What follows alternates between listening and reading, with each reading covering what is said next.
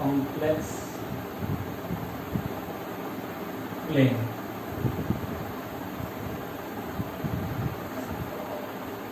The plane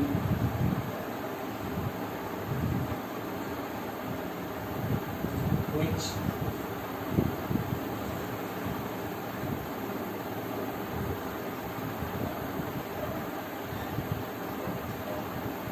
in which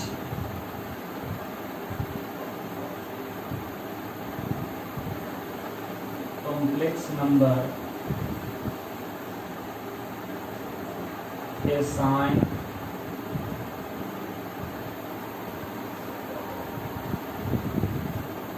to each of its point is called complex plane. Let z is equal to x plus y be a complex number, then point corresponding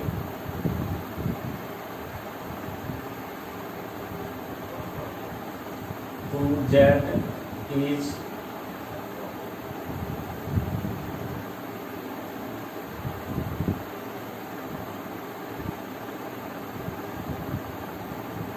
denoted by order pair as xy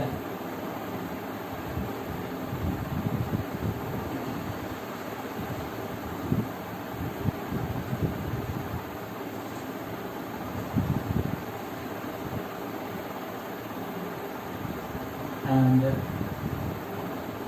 we write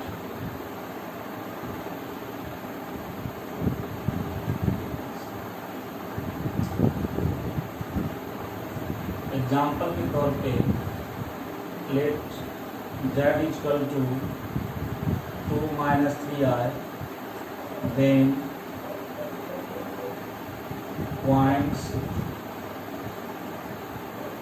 corresponds to z is जो हो जाएगा वह 2 minus 3। Similarly अगर मेरे पास z is equal to -2 minus 3i है तो इसके कोरस्पॉन्डिंग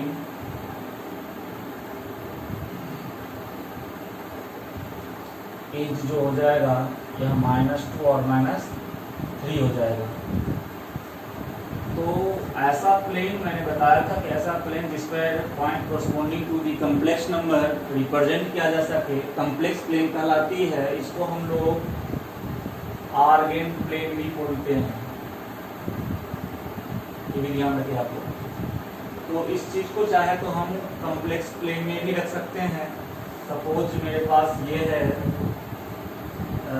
0 1 2 3 1 2 3 -1 -2 -3 -1 -2 -3 ये अपना x, ये y, ये x डैश, ये y डैश।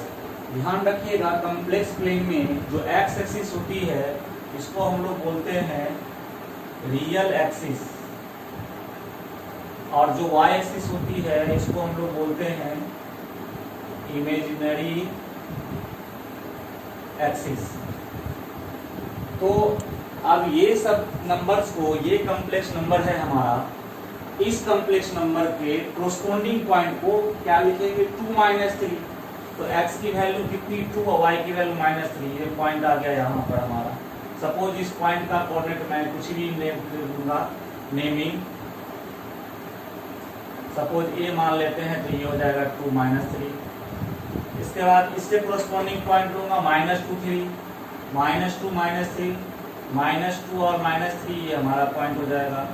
सपोज मान लेते हैं इसको b -2 और -3।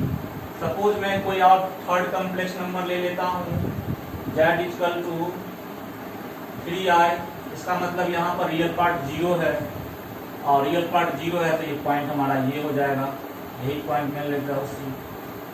तो इस पॉइंट का कोऑर्डिनेट अगर मैं लिखना चाहूँ तो 0 और 3 लिख सकते हैं।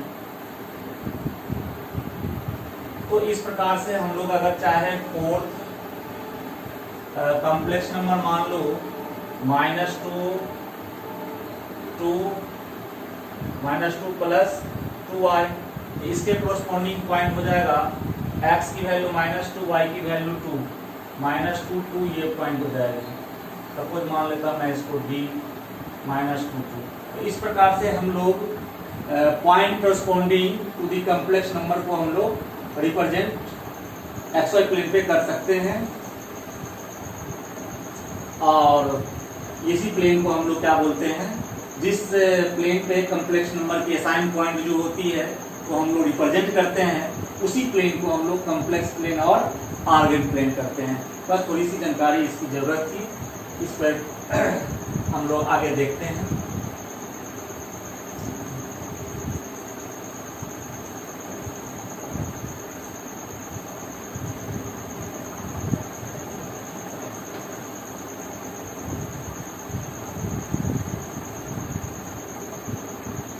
अब हम लोग कल पढ़े थे मॉडुलस के बारे में।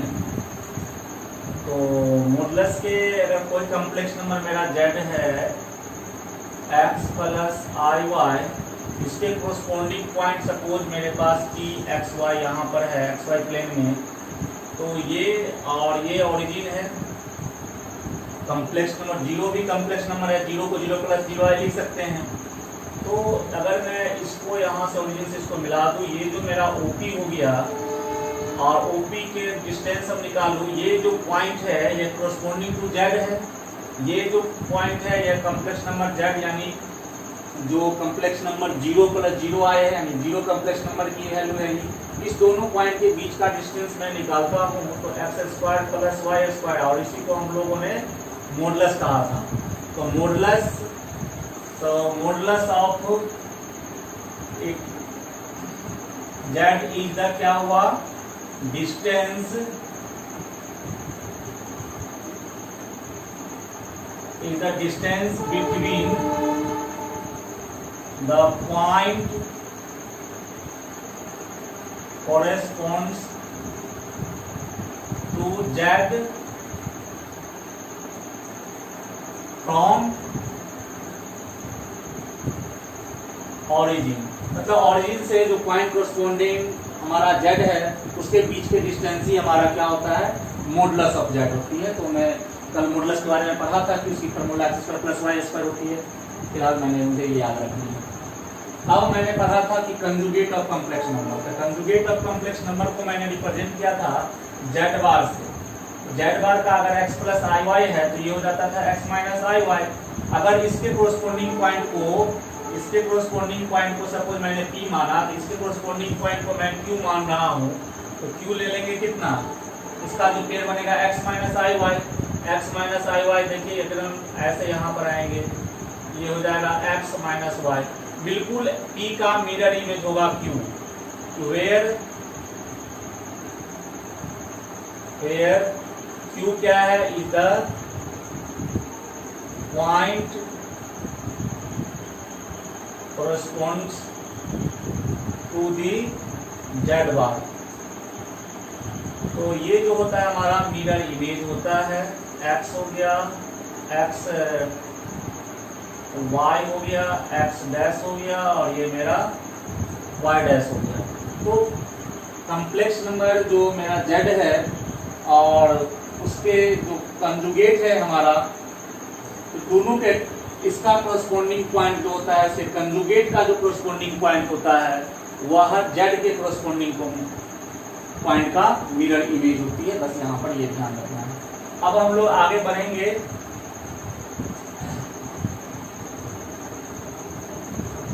इसमें हम लोग देखेंगे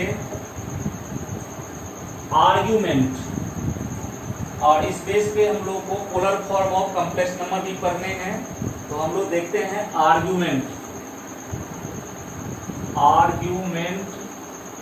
of Z equal to x plus i y. Argument क्या होता है पहले हम लोग देखेंगे। सबसे पहले हम लोग एक कॉम्प्लेक्स प्लेन बनाएंगे, x dash y y dash, इसके कोरस्पॉन्डिंग पॉइंट में P ले लेता हूँ x y, इसको ओरिजिन से मिला देता हूँ। सपोज यहाँ पर ये पॉइंट P है। अब ये एक्स एक्सिस के पॉजिटिव एक्शन से कुछ एंगल बनाती है, सपोज थीटा। तो एक्चुअली में आर्गुमेंट होती है क्या, जो हमारा कोरस्पॉन्डिंग पॉइंट जेड के कोरस्पॉन्डिंग पॉइंट जो P है, उसको हम ओरिजिन से मिलाने से जो लाइन बनती है, वो लाइन और एक्स एक्सिस के पॉजिटिव डायरेक्शन के साथ जो एंगल बनाती है वही हमारा आर्गुमेंट होती है। It is the measurement of angle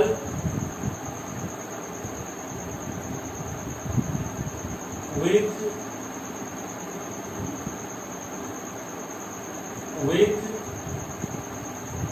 positive direction of x axis. It is the measurement of angle by OP। यहाँ पर OP, O का मतलब ओरिजिन है और P जो है पॉइंट कोरस्पॉन्डिंग टू जेड है, तो OP जो हमारा लाइन है, बाय लाइन OP ऐसे लिख दीजिए। लिखने की जरूरत नहीं है, line OP with positive direction of x axis के साथ जो हमारा एंगल बनती है वही मेरा आर्गुमेंट ऑफ जेड होती है। और इसमें एक आती है principal value argument. Principal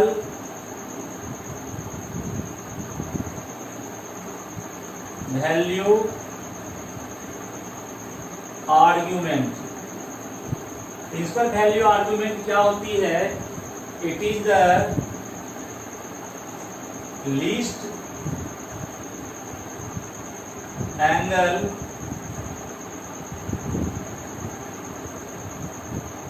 by OP with positive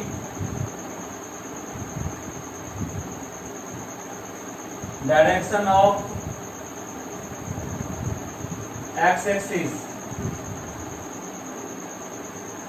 It lies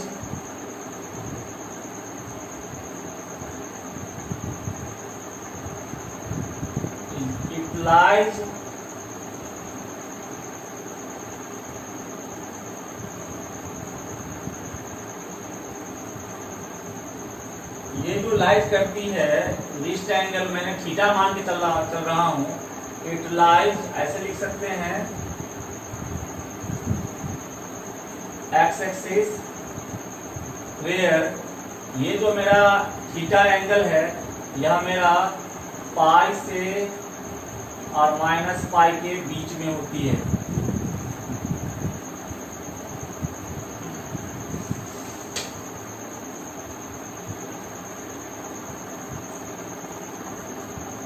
minus pi से पाई के बीच होती है, माइनस पाई से ग्रेटर और पाई तक की होती है। तो ये एंगल, क्योंकि मैं अगर ये फर्स्ट क्वाड्रेंट में, तो चलो मैंने ऐसे ले लिया, अगर यही हमारा पॉइंट जो होगा सेकेंड क्वाड्रेंट में आ जाएगा। एक चीज ध्यान रखेंगे, पॉइंट अगर मेरे पास यहाँ पर आ गया और ये हमारा अगर OP हुआ, तो मैंने बताया प्रिंसिपल वैल्यू आर्गुमेंट का रेंज जो होता है ये होता है। थीटा से हम लोग डिनोट करते ही हैं प्रिंसिपल वैल्यू आर्गुमेंट को। आर्गुमेंट को हम लोग ऑलवेज थीटा से यहाँ पर डिनोट कर रहे हैं, ठीक। तो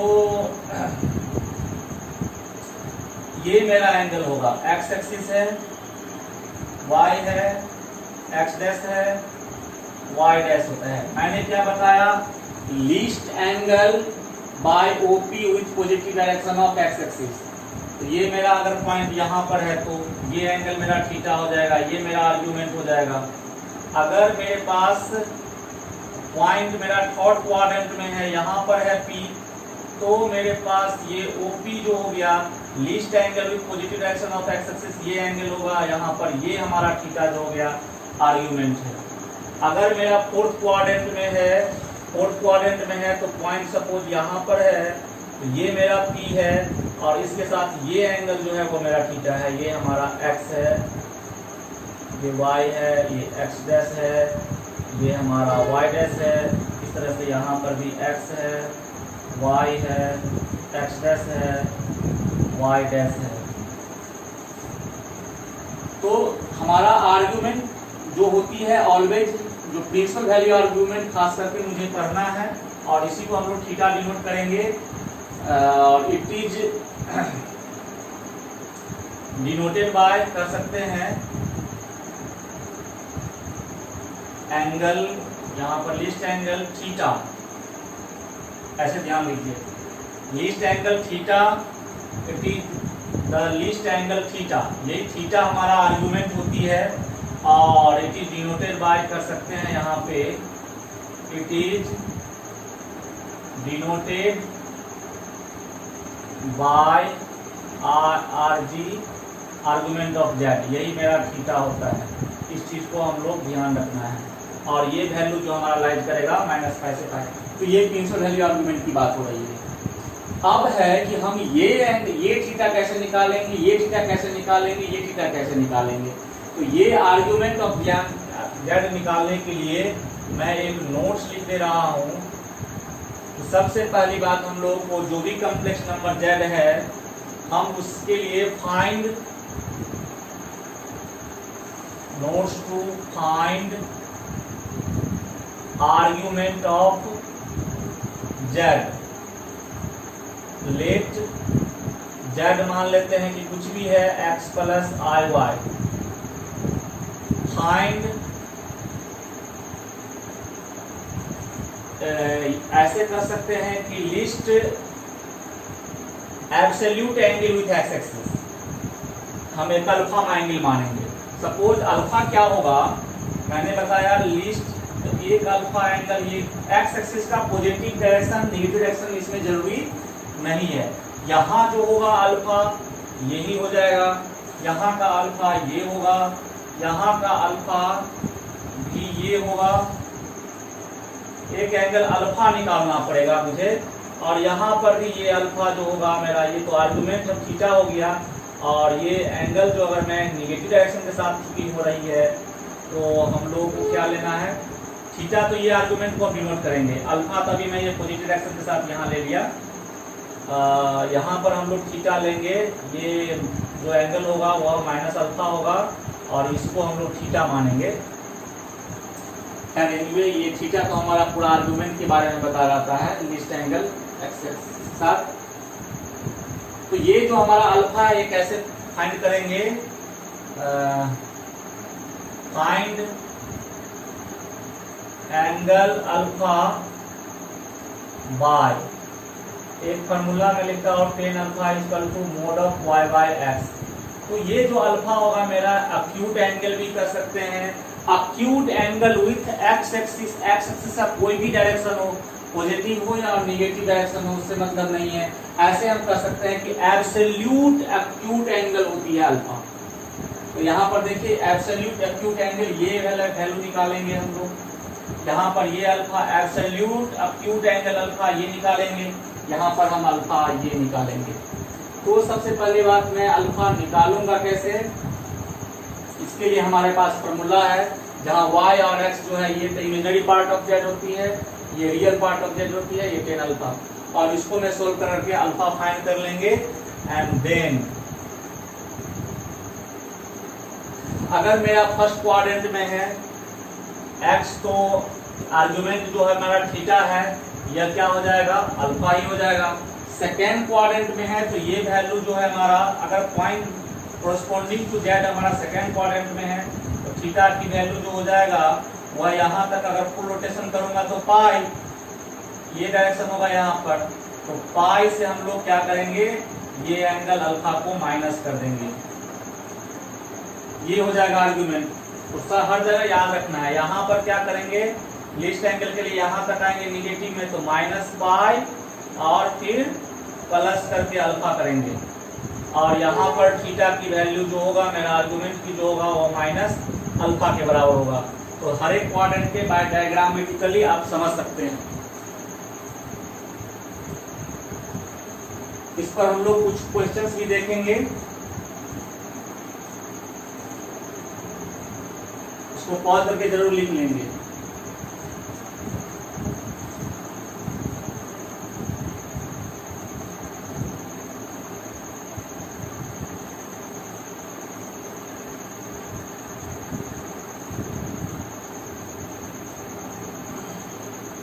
एग्जाम्पल अगर मेरे पास क्वेश्चंस है, एक्सरसाइज में निकालता हूँ आपका। फर्स्ट क्वेश्चन है एक्सरसाइज 5.2 का question number first. Z equal to मेरे पास दिया हुआ है -1 माइनस i√3 और इसका मॉडुलस निकालना है और आर्गुमेंट। तो मॉडुलस के लिए तो सिंपल हम लोग निकाल देंगे। मॉडुलस क्या होता है? Root under imaginary real part का स्क्वायर और प्लस इमेजिनरी पार्ट का स्क्वायर। ये हमारा हो जाएगा √3 है, तो ये हो जाएगा मेरा 1 + 3 और ये हो जाएगा √4 और ये हो जाएगा 2। खैर ये तो मेरा मॉडुलस निकल गया। आर्ग्यूमेंट ऑफ जेड निकालने के लिए सबसे पहले हम लोग को क्या निकालना है? tan alpha. tan अल्फा निकालने के लिए हमको लिखना है यहाँ पर रियल इमेजिनरी पार्ट यानी y की वैल्यू -√3 और ये -1, ये कैंसिल होकर के हो गया मेरा √3 का मोड हटा देंगे। मोड इसलिए देखते हैं कि पॉजिटिव लिखने के लिए ये हो जाएगा √3 और √3 हमको निकालना है एब्सोल्यूट एक्यूट एंगल यानी अल्फा। पॉजिटिव फर्स्ट क्वाड्रेंट के लिए कैसा लिखेंगे? tan π/3 हमारा ये जब होना चाहिए एक्यूट एंगल होनी चाहिए, ध्यान रखना। तो tan को छोड़ देंगे, अल्फा की वैल्यू π/3। अब हम ध्यान देंगे, अब ये जो हमारा z है, सिंस यहाँ लिखेंगे z लाइज इन किस क्वाड्रेंट में है? रियल पार्ट इमेजिनरी पार्ट दोनों का दोनों निगेटिव है, यह हमारा लाइज कर रहा होगा थर्ड क्वाड्रेंट में। Therefore आर्ग्यूमेंट ऑफ z जो होगा, जिसको हम लोग थीटा बोलते हैं, यह वैल्यू हो जाएगा मेरा pi minus pi plus alpha. ये हो जाएगा माइनस पाई और प्लस अल्फा के जगह पर हम लोग अल्फा की वैल्यू आ गई है मेरा π/3, तो ये एलसीएम ले लेंगे तो -3 पाई प्लस पाई -2 π/3 और ये मेरा आंसर हो जाएगा। तो इस प्रकार से हम लोग आर्ग्यूमेंट को फाइंड कर सकते हैं।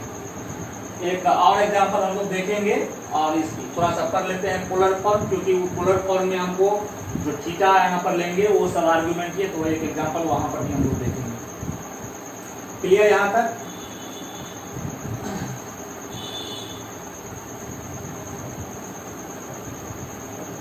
अब हम लोग देखेंगे polar form of complex number. Polar form of complex number. Let अगर मैं मान लेता हूं z equal to x plus i कोई कॉम्प्लेक्स नंबर है और इसके कोरस्पोंडिंग पॉइंट हमारे पास p यहाँ पर है, इसको मैंने x ओरिजिन से मिला दिया, ठीक। अगर मेरा ये सपोज ये एंगल हमारा यहाँ जो हम लोग थीटा ले रहे हैं ये बिल्कुल और क्या होगा? आर्ग्यूमेंट। तो आर्ग्यूमेंट अगर मैं यहाँ थोड़ा सा परपेंडिकुलर ड्रॉ कर दूँ तो यहाँ से यहाँ का डिस्टेंस x है और ये डिस्टेंस मेरा y है, ये मेरा y एक्सिस है x और x डैश और यहाँ पर हमारा y डैश है। क्लियर? तो अगर मैं ये तो खैर कार्टेशियन कोऑर्डिनेट में है, पोलर फॉर्म में हमको लिखने के लिए ये डिस्टेंस और ये एंगल के रिस्पेक्ट में हमको लिखना होगा p का कोऑर्डिनेट, ऐसे ऑर्डर पेयर बनाने होंगे। क्लियर? तो इसके लिए मैं क्या करता हूँ, अगर ये एंगल थीटा है तो यहाँ से मैं अगर कोस थीटा निकालता हूँ तो कोस थीटा इसके लिए तो ये परपेंडिकुलर हो जाएगी, तो ये हमारा हो जाएगा यहाँ से यहाँ का डिस्टेंस है x और बट्टे ये डिस्टेंस हमारा मॉडुलस ऑफ जेड है होती है, और इसको हम लोग यहाँ पर रिप्रेजेंट करेंगे मॉडुलस ऑफ जेड को आर, क्योंकि पोलर फॉर्म में जो होती है सर्कुलर ट्रैक होती है, उसमें जो हमारा ये रेडियस जो दिख रही है ये रेडियस का काम करेगा, और ये हमारा एंगल जो होगा वह आर्गुमेंट होगा। तो रेडियस क्या होगा, रेडियस जो होगा मेरा इस पर, इसको लेकर अगर मैं सर्किल बना रहा हूँ तो ये जो मेरा रेडियस होगा यह मॉडुलस ऑफ जेड होगा, जिसको हम लोग आर से डिनोट करेंगे, और ये थीटा तो इसका कोऑर्डिनेट हो जाएगा हमारा थीटा आर थीटा। तो आर कुछ भी नहीं है, बस मॉडुलस ऑफ जेड है। तो यहाँ पर x और ये डिस्टेंस अगर मैं ले लूँ हाइपोटेनस r, यहाँ से हमको x की वैल्यू आ जाएगी r cos theta, and sine theta की वैल्यू अगर मैं यहाँ से निकालूँ तो साइन थीटा यहाँ से ये वाला हाइट ये हमारा y हो जाएगा, ये हाइट हो जाएगा मेरा परपेंडिकुलर बाय हाइपोटेनस यानी r। तो यहाँ से हम y की वैल्यू निकाल सकते हैं r साइन थीटा। क्लियर? इस चीज को मैं यहाँ पर पुट करूंगा, therefore z equal to x की जगह पर r cos theta plus i r sine theta, और अगर मैं यहाँ से z कॉमन ले लूँ, r कॉमन ले लूँ तो क्या मिलेगा, cos theta plus i sine theta, और यही हमारा कहलाता है polar form of Z. Polar form of Z, Z मतलब कॉम्प्लेक्स नंबर। तो ये जो फॉर्म होती है ये हमारा polar form of complex number कहलाती है, वेयर, ये ध्यान रखना है, वेयर आर इज, आर जो है मेरा ध्यान रखेंगे कि मॉडुलस ऑफ जेड है जिसका वैल्यू हमको निकालने आता है, एंड थीटा इज जो होगा यहाँ पर जो भी थीटा लिया जाएगा, अगर मैंने फर्स्ट क्वाड्रेंट का मान लिया तो यहाँ पर सेकेंड क्वाड्रेंट में हो, थर्ड क्वाड्रेंट में हो, फोर्थ क्वाड्रेंट में हो, ज़्यादा हम लोगों को सोचने की जरूरत नहीं है। बट हम सिर्फ थीटा की वैल्यू, थीटा जो होता है वो मेरा आर्गुमेंट होती है, तो हम लोग उसका डायरेक्ट किसी भी क्वाड्रेंट में हो, मैंने पीछे बता दिया है कि वो आर्गुमेंट किसी भी क्वाड्रेंट में हो पॉइंट कैसे निकालते हैं। तो थीटा की वैल्यू निकालना है, थीटा क्या होना चाहिए, is the argument of Z, ये ध्यान रखना है। और मैं इस पर एक एग्जांपल करता हूँ, इसको पॉज करके आप लोग लिखने का समझने का प्रयास करेंगे।